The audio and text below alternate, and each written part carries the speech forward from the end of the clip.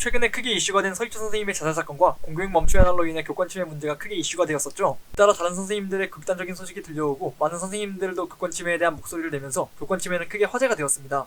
얼마 전에는 한 학부모가 변이 묻은 기저귀로 유치원 선생님의 얼굴에 뺨을 때린 갑질 사건으로 우리를 분노하게 만든 일도 있었죠. 실제로도 선생님들의 대부분이 교권 침해를 당하고 있는데요. 초등교사의 무려 99.2%가 교권 침해를 당한 적이 있다고 밝혔는데, 이 정도 수치면 모든 교사들이 교권 침해를 한 번 이상 당했다고 봐도 무방할 정도입니다.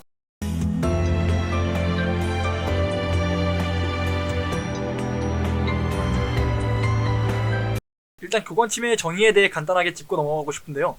교권과 관련된 법령으로는 교육기본법 제14조 제1항 학교교육에서 교원의 전문성은 존중되며 교원의 경제적 사회적 지위는 우대되고 그 신분은 보장된다고 나와 있습니다. 그리고 교권을 보호하기 위한 법령으로는 교육공무원법 제43조에서 교권은 존중되어야 하며 교권은 그 전문적 지위나 신분에 영향을 미치는 부당한 간섭을 받지 아니한다고 명시되어 있습니다. 법에 따르면 교사는 존중받아야 하며 부당한 간섭을 받을 수 없다고 나와 있는데, 현재는 이게 잘 지켜지지 않을 뿐입니다. 원래 교사라는 직업은 정말 존중받는 직업으로 어디 가서 교사라고 하면 사람들이 많은 존경을 보냈었거든요.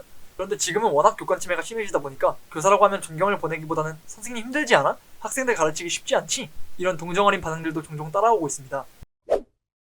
이렇게 심각해진 교권 침해의 원인은 정말 다양한데요.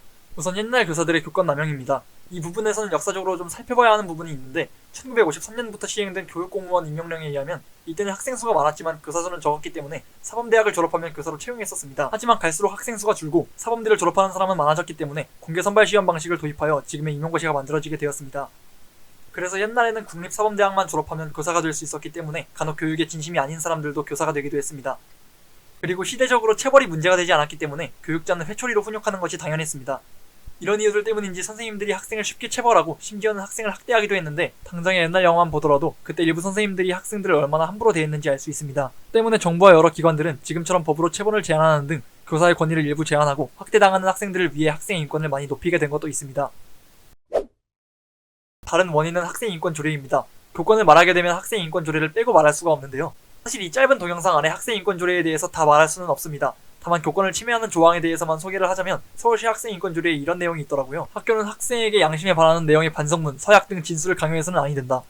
물론 지나친 강요를 하는 것은 옳지 않지만 학생들은 자신의 신념에 따라 벌을 받지 않게 되는 겁니다. 학생이 잘못을 저질렀을 때 훈육하고 지도하는 것도 교사의 직무인데, 잘못한 학생에게 체벌을 내리지도 못하고 반성문도 못쓰게 하고 잘못을 진술해보라고도 못하니 학생을 제대로 훈육하지 못하게 되고 당연히 학생들은 선생님을 무시하게 되고 언당하게 되겠죠. 그리고 이 아동학대법도 교권을 크게 침해하고 있는데요. 가장 논란이 많았던 아동복지법 제17조 5호를 보면 아동의 정신건강 및 발달에 해를 가하는 정서적 학대 행위를 한 사람은 아동학대로 처벌된다고 명시되어 있습니다. 하지만 정서적으로 학대를 당했다는 사실은 객관적으로 보기가 어렵기 때문에 결국 피해자가 학대를 당했다고 하면 가해자로 지목된 사람은 무죄를 입증해야 하는 겁니다. 게다가 정서적 학대를 당했다는 증거를 만드는 것은 쉽지만 정서적으로 학대를 가하지 않았다는 증거를 교사 개인이 혼자서 입증하는 것은 사실상 불가능에 가깝기 때문에 아동학대로 신고를 당하게 되면 교사는 정말 힘들어지게 됩니다. 또한 아동학대는 무고죄가 성립하는 경우가 거의 없기 때문에 몇몇 학생들과 학부모들은 아동학대를 빌미로 교사를 협박하기도 합니다. 실제로 제 주변의 선생님 한 명은 잘못한 학생을 혼냈더니 그 학생이 "쌤, 저한테 이러면 신고할 거예요" 라며 협박하기도 했다고 합니다. 또 몇몇 극성 학부모들도 이 아동학대를 가지고 교사를 협박하는 경우도 꽤 많이 일어나고 있습니다. 이런 식으로 협박을 당하게 되면 오히려 선생님들이 찾아가서 용서를 비는 경우가 대부분입니다. 사실 교권 침해의 가장 결정적인 요인은 학부모의 악성민원입니다. 선생님들이 학부모의 악성민원을 정말 힘들게 생각하고 있어요. 선생님들을 대상으로 한 설문조사에서는 교권 침해 대상의 50% 이상이 학부모라고 밝혔습니다. 이번에 큰 화제가 되었던 서희초 선생님의 사건도 학부모의 악성민원이 원인이었죠. 이렇게 교사들을 힘들게 하는 학부모의 심리를 정확히 표현하기는 어렵지만 최대한 설명하자면 다음과 같습니다. 현재 학부모들은 자식들의 과잉보호가 너무 심합니다. 때문에 자식에게 무슨 문제라도 생기게 되면 곧바로 자녀를 돌보는 학교에 연락해서 문제를 해결하려고 하는 것입니다. 사실 이런 문제들은 학교뿐만 아니라 유치원, 아동센터, 대학교, 심지어 군대에서까지도 이런 일이 벌어지고 있습니다. 저도 교사의 입장으로 학생들을 지도하다가 "저희 아들이 누구랑 싸웠는데 왜 그런 거예요? 저희 딸 혼내셨는데 무슨 일인가요?" 등의 연락을 정말 많이 받았는데, 이런 연락을 받을 때마다 다소 부담스러운 것은 사실입니다. 왜냐하면 업무 시간이 늘어나기도 하고 무엇보다 앞으로 그 학생을 대할 때마다 더 조심해야 할 것 같은 찜찜한 기분이 들기 때문입니다. 학년이 높은 학생들의 학부모의 경우 대학을 가는 것에 문제가 생기는 것을 우려하여 최대한 생활기록부에 남지 않도록 교사를 압박하는 경우도 적지 않은데, 이는 당연히 교권 침해에 해당할 뿐만 아니라 자식에게 오히려 악영향을 끼치는 방법입니다. 그런데 이런 말이 있죠. 진상들은 자신들이 하는 행동이 진상인 줄 모른다고. 이번에 학부모와 교권 침해에 관련해서 자료를 찾아보다가 재밌는 걸 발견했는데, 학부모들 대다수가 현재 사회의 교권 침해가 심각하다고 인식한 반면에 자녀가 재학 중인 학교에 심각하지 않다고 인식했다는 겁니다. 최근 학부모들의 악성민원으로 인한 교권 침해 기사들을 보고도 "누가 저런 행동을 해?" 라며 자신들의 과거와는 겹쳐서 생각하지 못하시는 분들도 꽤 있으실 겁니다. 혹시라도 큰 사건이 아닌데도 시도 때도 없이 교사에게 연락하는 것, 교사에게 무리한 부탁을 하는 것, 아동학대와 민원을 빌미로 교사를 협박하는 것 모두 교권 침해에 해당하는 것입니다. 학부모님들이 좀 더 선생님들을 믿고 선생님들 선에서 잘 처리될 수 있도록 하는 것도 자녀들이 잘 배울 수 있는 환경을 조성하는 것입니다. 그렇다면 교권 침해를 당한 교사들은 어떤 행보를 보일까요? 앞서 언급했듯이 현재 교사들은 임용고시라는 거대한 벽을 넘어 꿈을 이루는 사람들입니다. 현재 임용고시에 합격하기가 얼마나 어려운지 간단히 설명하자면 과목들마다 압도적인 경쟁률을 자랑하고 임용고시를 준비할 때는 최소 3수 정도는 기본으로 생각하고 와야 할 만큼 치열합니다.